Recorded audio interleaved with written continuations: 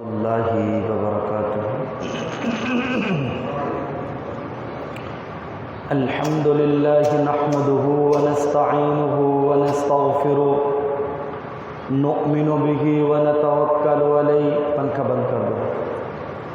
ونعوذ باللہ من شرور انفسنا ومن سیئات اعمالنا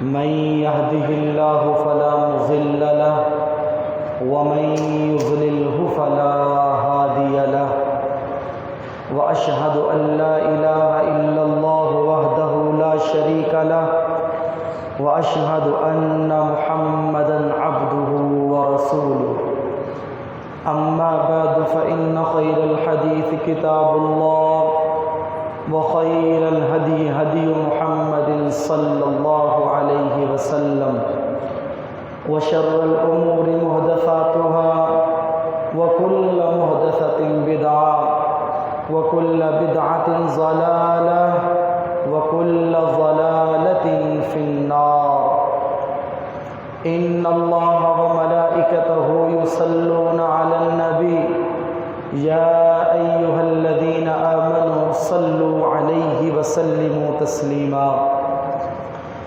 اللهم صل على محمد وعلى آل محمد كما صليت على إبراهيم وعلى آل إبراهيم إنك حميد مجيد اللهم بارك على محمد وعلى آل محمد كما باركت على إبراهيم وعلى آل إبراهيم إنك حميد مجيد اللهم انفعنا بما علمتنا وعلمنا ما ينفعنا وزدنا علما رب اشرح لي صدري ويسر لي أمري واحلل عقدة من لساني يفقهوا قولي أعوذ بالله السميع العليم من الشيطان الرجيم بسم الله الرحمن الرحيم يا أيها الذين آمنوا كتب عليكم الصيام كما كتب على الذين من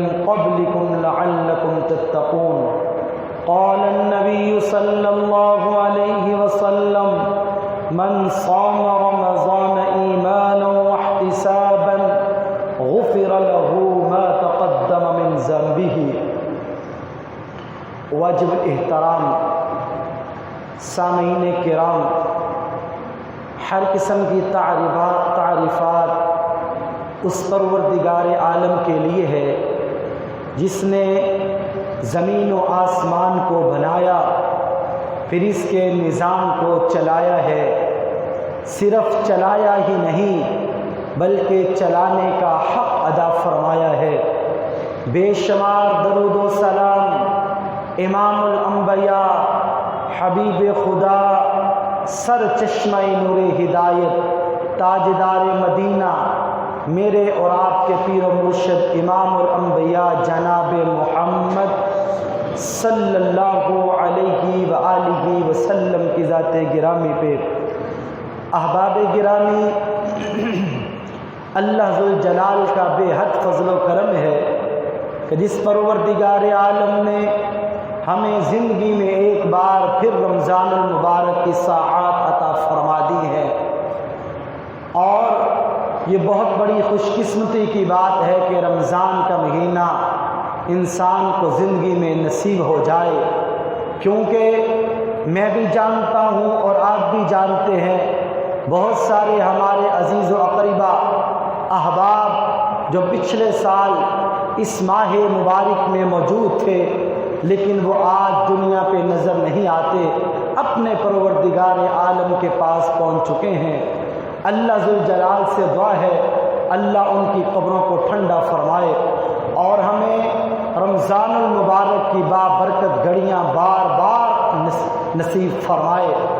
احباب گرامی، سرتاج رسول صلی اللہ علیہ وسلم کا فرمان ہے، خوش قسمت ہے وہ آدمی جس کو رمضان کا مہینہ مل جائے اور وہ اس سے فائدہ اٹھاتے ہوئے اپنے رب کو راضی کر لے، اور بد نصیب ہے وہ آدمی جس کو یہ ماہ مبارک کی عظیم گھڑیاں مل جائے لیکن وہ پھر بھی غفلت کی نیند سویا رہے، پھر بھی غفلت کی نیند سے نہ جاگے، وہ آدمی بد نصیب ہے، بلکہ اس سے بڑھ کر کے برا آدمی کوئی ہو ہی نہیں سکتا ہے۔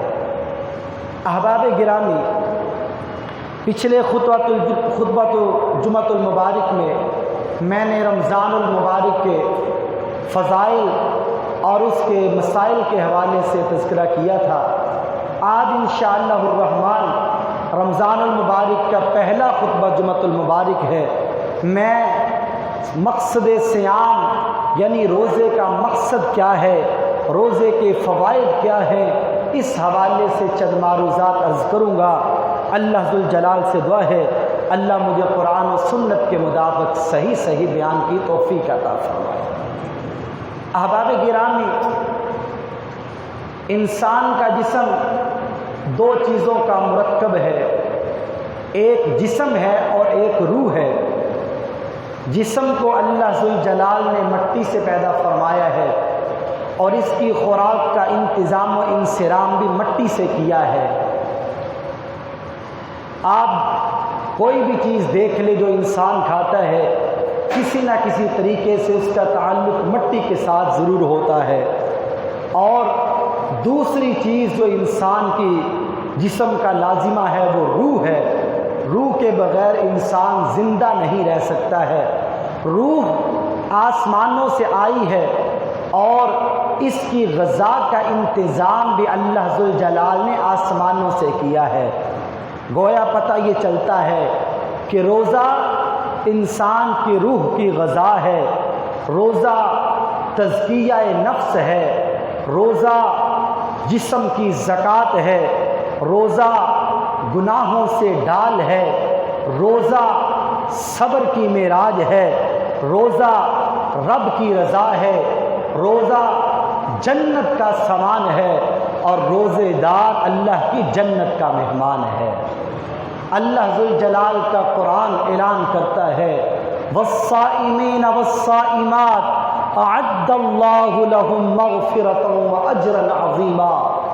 روزہ رکھنے والے مرد اور روزہ رکھنے والی عورتیں، ان کے لیے اللہ ذوالجلال نے بہت بڑا انعام تیار فرمایا ہے۔ کیا وجہ ہے کہ روزے دار کے لیے اللہ ذوالجلال نے جنت کا سرٹیفکیٹ تیار فرمایا ہے، معافی کا اعلان فرمایا ہے، جہنم سے رہائی کا سرٹیفکیٹ اللہ ذوالجلال نے عطا فرمایا ہے۔ آئیے توجہ فرمائے ذرا، سرتاج رسول جناب محمد رسول اللہ صلی اللہ علیہ وسلم بیان فرماتے ہیں، حدیث قدسی ہے، اللہ ذوالجلال بیان کرتے ہیں کہ ابن آدم کے ہر عمل کا اجر 10 گنا سے 700 گنا تک جاتا ہے، سوائے صوم، سوائے روزہ۔ کیوں؟ جس وقت روزے کی باری آتی ہے اللہ ذوالجلال فرماتے ہیں اپنے فرشتوں کو الصوم لی وانا اجزی بہ، اے میرے فرشتوں روزہ میرے لیے ہے اور اس کا اجر میں اس کا اجر خود ہی عطا کروں گا۔ اگر میرا بندہ نماز پڑھتا ہے اس کا اجر لکھیے، زکوٰۃ دیتا ہے اجر لکھیے، حج کرتا ہے اجر لکھیے، صدقہ دیتا ہے اجر لکھیے۔ اور جب روزے کی باری آتی ہے اللہ ذوالجلال فرماتے ہیں اے میرے فرشتوں تم روزے کا اجر نہیں لکھ سکتے، روزے کا اجر میں خود ہی دوں گا۔ کیونکہ روزہ اللہ اور بندے کے درمیان ایک راز ہے، یہ ظاہری عبادت نہیں بلکہ باطنی عبادت ہے۔ روزے کے بارے میں کسی کو معلوم نہیں ہوتا، حتیٰ کہ بعض حالات میں فرشتوں کو بھی معلوم نہیں ہوتا ہے، کیونکہ فرشتے ہر وقت انسان کے ساتھ ہوتے ہیں، لیکن جس وقت انسان بیت الخلاء میں واش روم میں جاتا ہے تو فرشتے انسان سے جدا ہو جاتے ہیں۔ تو گویا فرشتوں کو بھی بعض حالات میں روزے کے بارے میں علم نہیں ہوتا ہے۔ اللہ ذوالجلال فرماتے ہیں اس کا اجر میں خود ہی عطا فرماؤں گا۔ اور نفلی روزے کے بارے میں، نفلی روزے کی فضیلت کو سنتے ہوئے سمجھتے ہوئے فرضی روزے کی اہمیت کو سمجھیے۔ سرتاج رسول جناب محمد رسول اللہ صلی اللہ علیہ وسلم کا فرمان ہے، آپ صلی اللہ علیہ وسلم نے فرمایا جو شخص ایک نفلی روزہ رکھ لیتا ہے اللہ ذوالجلال اس آدمی کو جہنم سے 70 سال کی مسافت کے برابر دوری عطا کر دیتے ہیں۔ اور محبوب صلی اللہ علیہ وسلم نے فرمایا الصیام جنۃ من النار کجنۃ احدکم من القتال، روزہ گناہوں سے ڈال ہے، جس طرح کہ تم میدان قتال میں جاتے ہو کافروں کے وار سے بچنے کے لیے ڈال کا استعمال کرتے ہو، اس ڈال کے ساتھ اپنے جسم کی حفاظت کرتے ہو، آپ صلی اللہ علیہ وسلم نے فرمایا روزہ گناہوں سے بچنے کے لیے ایک ڈال ہے، روزہ رکھتا ہے انسان اللہ گناہوں سے محفوظ کر لیتا ہے۔ اور یہاں پر ہی بس نہیں ہے، روزہ انسان کا ساتھ قیامت والے دن بھی نہیں چھوڑے گا۔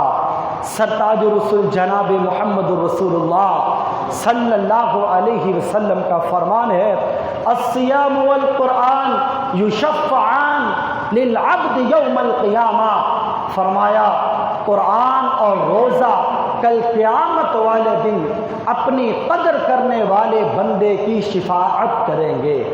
اور روزہ کہے گا اللہ یہ بالکل آزاد تھا، اس کے اوپر کوئی لازمہ نہیں تھا، کوئی بوجھ کوئی برڈن نہیں تھا، اللہ اس نے میری قدر کی ہے، حلال اشیاء بہت ساری موجود تھیں لیکن میری قدر کرتے ہوئے اللہ اس نے کچھ نہیں کھایا، کچھ نہیں پیا، شہوت کے قریب نہیں پھٹکا، اللہ میری قدر کرتے ہوئے میری عزت کرتے ہوئے حلال چیزوں سے یہ رک گیا ہے، اللہ اس کو جہنم سے رہائی عطا فرما دے۔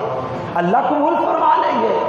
اور پھر قرآن آئے گا رمضان کے مہینے میں لمبا لمبا قیام کیا کرو، کیونکہ اللہ ذوالجلال کے محبوب نبی نے فرمایا من قام رمضان ایمانا واحتسابا غفر له ما تقدم من ذنبه، جو آدمی رمضان المبارک کے مہینے کا قیام کرتا ہے کل قیامت کا دن ہوگا، بلکہ جس وقت رمضان ختم ہوتا ہے، رمضان جو ختم ہوتا ہے اللہ ذوالجلال اس بندے کو یوں کر دیتے ہیں جیسے یہ آج ہی پیدا ہوا ہے۔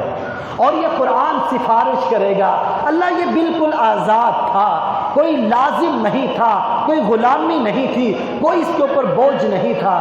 اللہ رمضان المبارک کے مہینے میں قاری قرآن قیام کو لمبا کر دیتا تھا، اس کی ٹانگیں تھک جاتی تھی، جسم بوجھل ہو جاتا تھا، دل نہیں مانتا تھا، اللہ میری قدر کرتے ہوئے یہ قاری صاحب کے لمبے لمبے قیام سنتا رہا، میں شفاعت کرتا ہوں میری سفارش کو قبول کر لے۔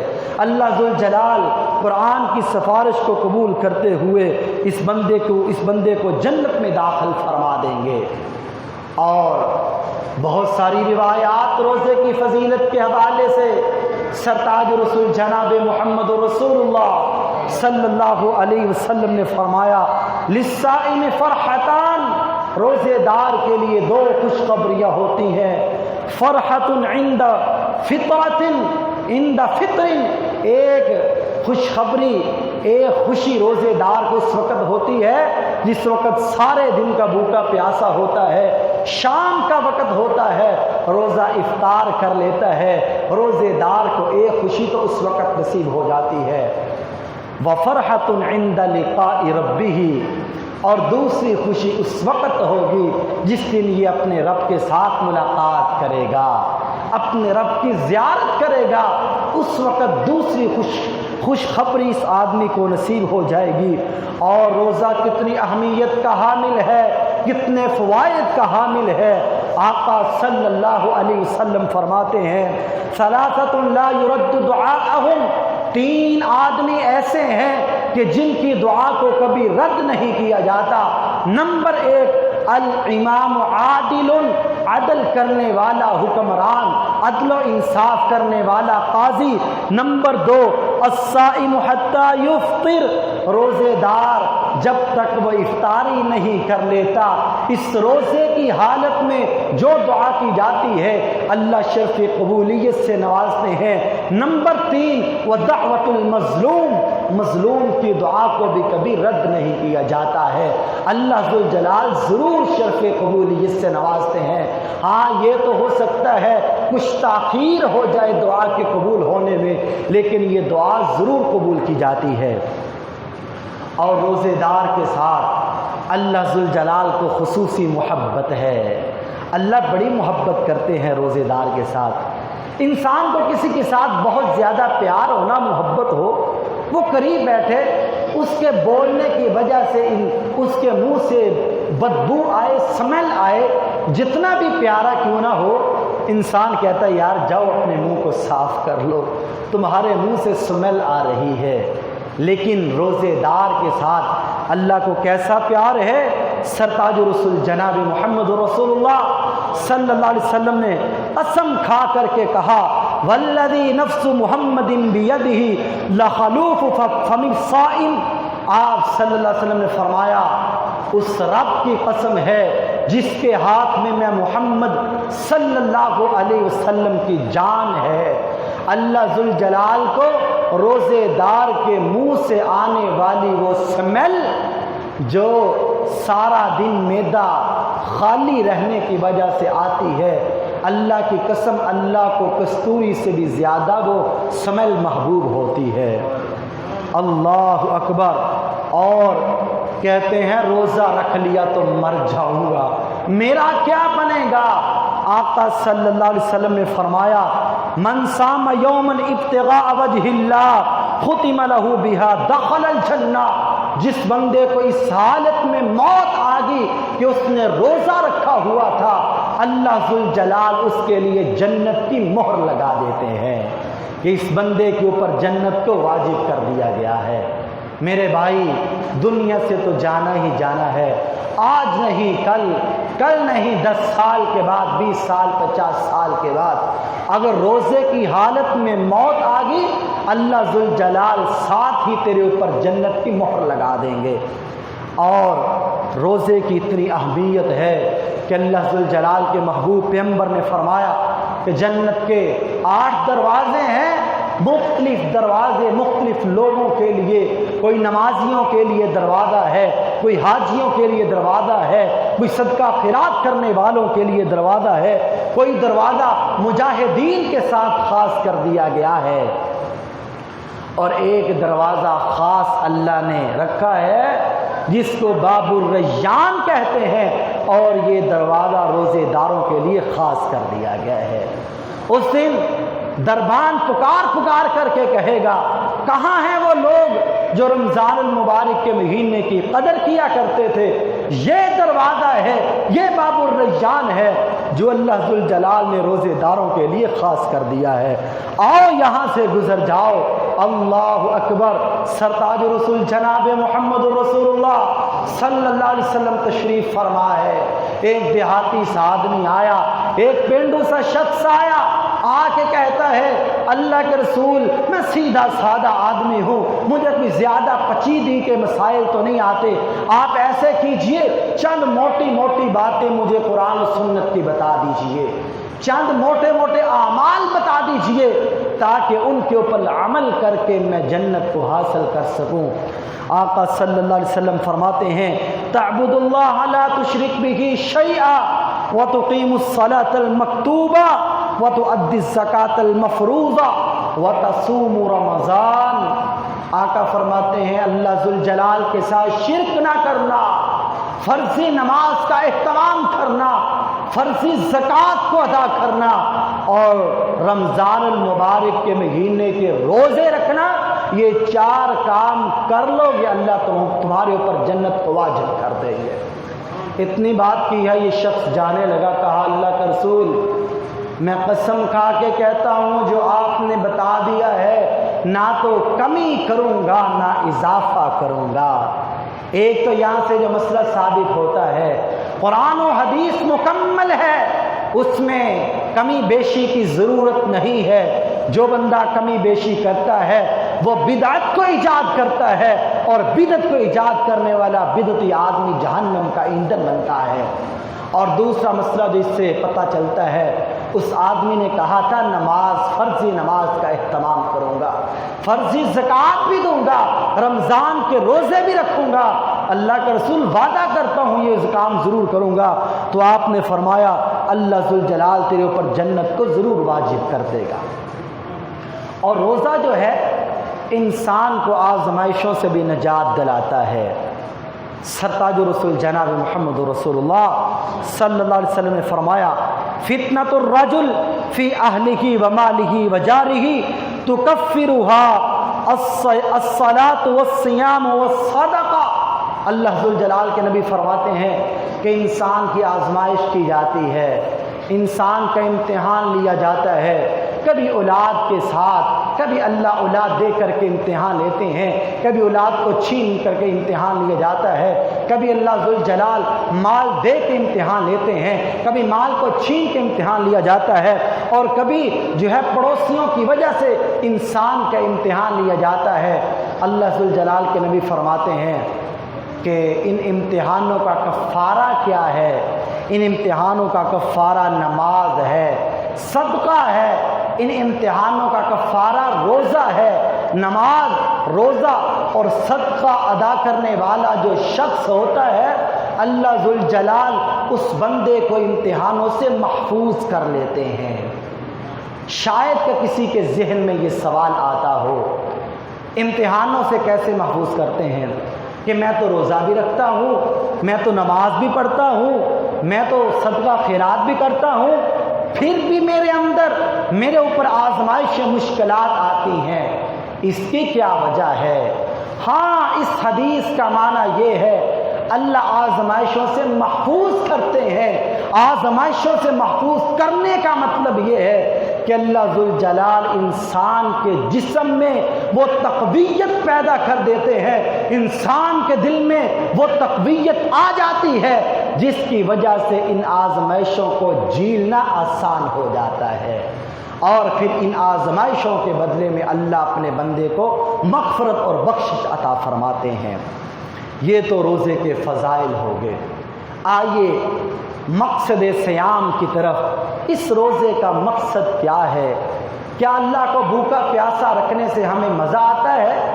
کیا اللہ کو فرحت محسوس ہوتی ہے کہ اللہ کے بندے مارے مارے پھر رہے ہو، پریشانی کے عالم میں، بھوک پیاس کی حالت میں پھر رہے ہو؟ کیا اللہ کو اس سے فائدہ پہنچتا ہے؟ نہیں نہیں میرے بھائیوں، ایسا نہیں ہے۔ قرآن نے روزے کا مقصد بھی بیان فرمایا ہے۔ یا ایھا الذین آمنوا کتب علیکم الصیام کما کتب علی الذین من قبلکم لعلکم تتقون۔ اللہ نے یہاں پر ایک تسلی بھی دی ہے، ایک تسلی دی ہے، ایمان والو تمہارے اوپر روزے فرض کر دیے گئے۔ کما کتب علی الذین من قبلکم، یہ تمہارے اوپر ہی فرض نہیں کیے گئے بلکہ تم سے پہلے لوگوں پہ بھی فرض کیے گئے تھے۔ یہاں پر ایک بات یہ ہے، اگر کوئی شخص کہے نا یہ کام آپ نے کرنا ہے، تو انسان سوچتا ہے ہائے یہ کام پتہ نہیں میرے لیے کتنا تو مشکل ہوگا، پتہ نہیں کر سکوں گا یا نہیں کر سکوں گا۔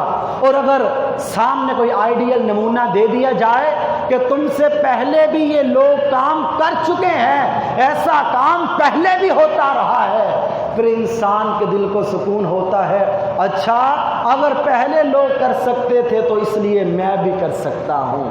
گویا اللہ نے ہمیں تسلی بھی دی ہے کہ صرف تمہارے اوپر ہی فرض نہیں کیے گئے بلکہ تم سے پہلے بھی فرض کیے گئے تھے۔ کیوں؟ لعلکم تتقون، تاکہ تم متقی بن جاؤ، تاکہ تم پرہیزگار بن جاؤ۔ متقی ہونا، پرہیزگار ہونا، اس کا کیا مطلب ہے؟ تاکہ تم تقوی اختیار کر لو۔ تقوی کیا ہوتا ہے؟ تقوی یہ ہوتا ہے اللہ ذوالجلال اور محبوب صلی اللہ علیہ وسلم کے تمام احکام کو سرے خم تسلیم کر لینا، اور تمام ان کے نافرمانیوں سے بچ جانے کا نام تقوی ہے۔ اس لیے اللہ ذوالجلال نے قرآن حکیم میں فرمایا ان اکرمکم عند اللہ اتقاکم، تم میں سے سب سے زیادہ عزت والا وہ آدمی ہے اللہ ذوالجلال کے ہاں جس کے دل میں تقوی زیادہ ہے، جس کے دل میں اللہ ذوالجلال کا خوف زیادہ ہے۔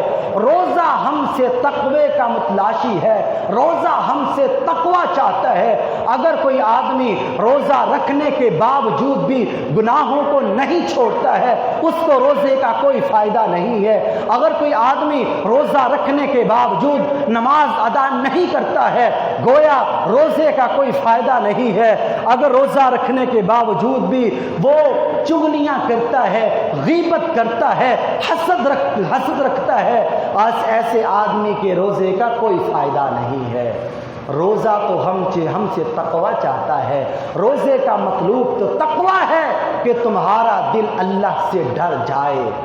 اور تقوی کا ایک معنی علماء نے تبدیلی بھی کیا ہے کہ روزہ ہم سے تبدیلی کا مطلوب ہے۔ روزہ چاہتا ہے کہ تم نے میرا ادب کرنا ہے، مجھے رکھ لیا ہے، اب تمہارے جسم میں تمہاری عادات میں تبدیلی آنی چاہیے۔ اگر تبدیلی نہیں آتی ہے، وہی روٹین ہے سونے کی، وہی روٹین ہے جھوٹ بکنے کی، وہی روٹین ہے لوگوں پہ ظلم کرنے کی، وہی روٹین ہے لوگوں کی گردنوں پہ چھری چلانے کی، وہی روٹین ہے نمازوں کو چھوڑنے کی، وہی روٹین ہے زبان سے گالیاں بکنے کی، کوئی تبدیلی نہیں آئی ہے، تو گویا ایسے روزے کا کوئی فائدہ نہیں ہے۔ میں نہیں کہتا، بلکہ سرتاج رسول جناب محمد رسول اللہ صلی اللہ علیہ وسلم کا فرمان ہے۔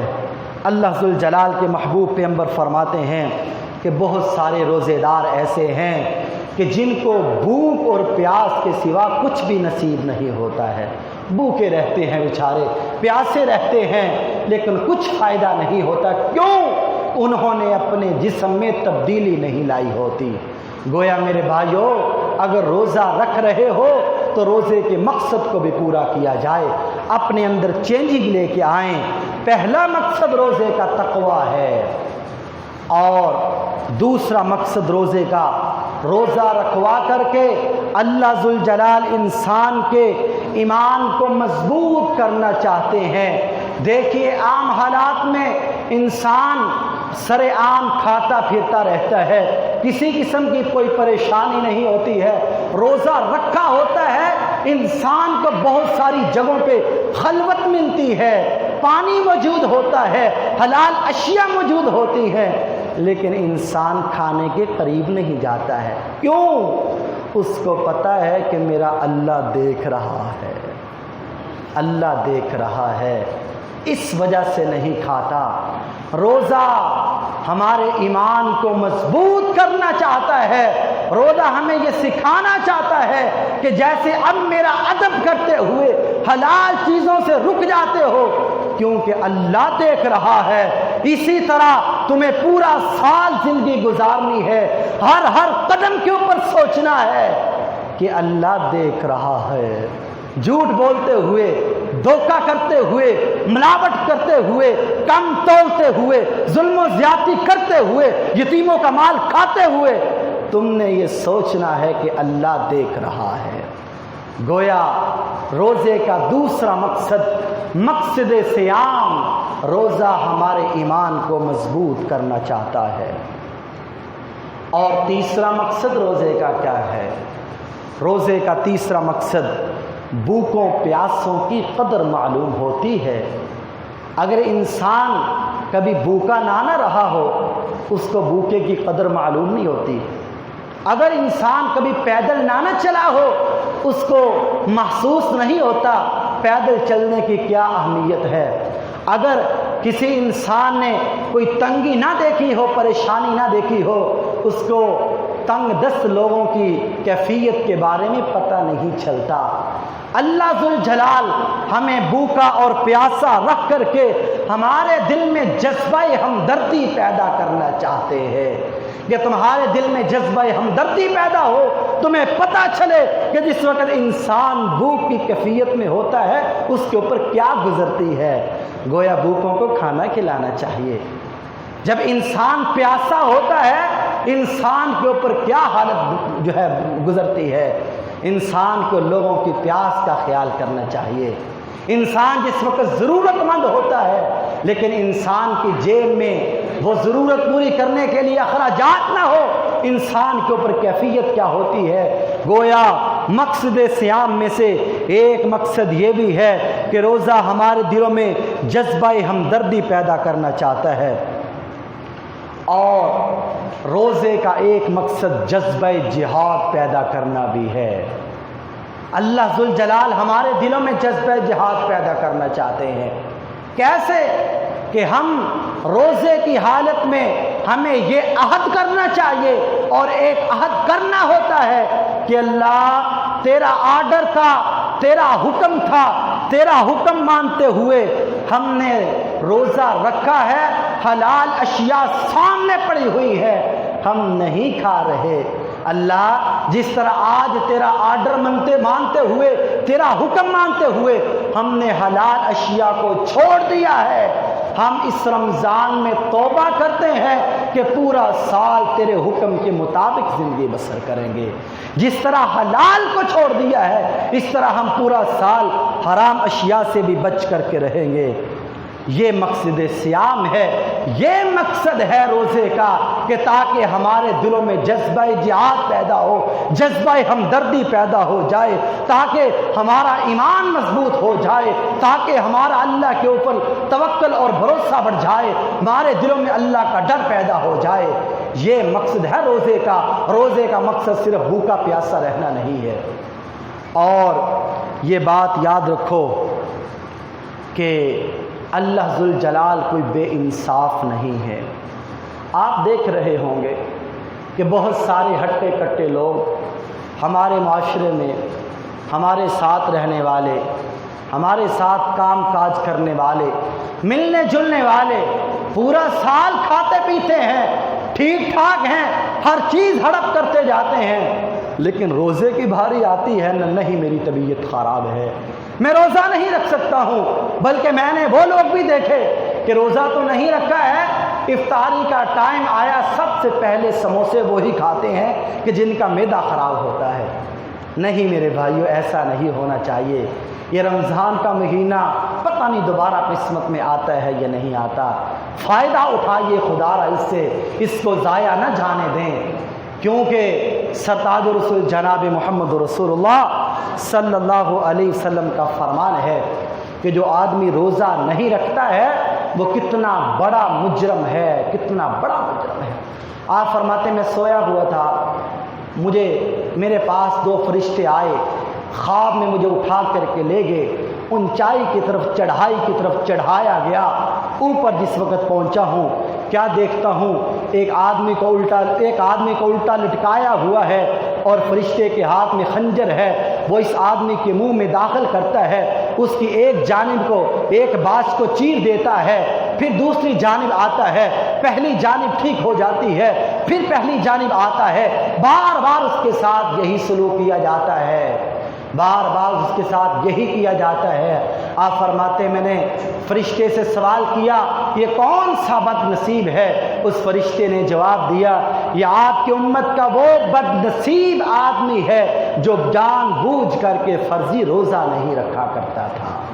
میرے بھائیو، ہم روزے کی اہمیت کو ہی نہیں سمجھتے ہیں، اور روزے کی اہمیت اس چیز سے ہی پتہ چلتا ہے۔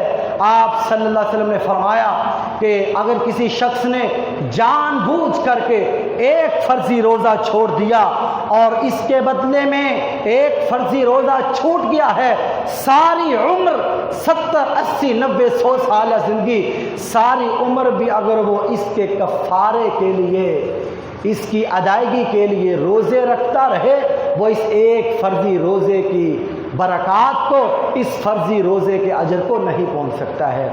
اس لیے خدا را میرے بھائیو، اللہ ذوالجلال کا بہت بڑا انعام ہے کہ اللہ ذوالجلال نے ہمیں رمضان المبارک کا مہینہ عطا کر دیا ہے، اس سے بھرپور فائدہ اٹھائیے۔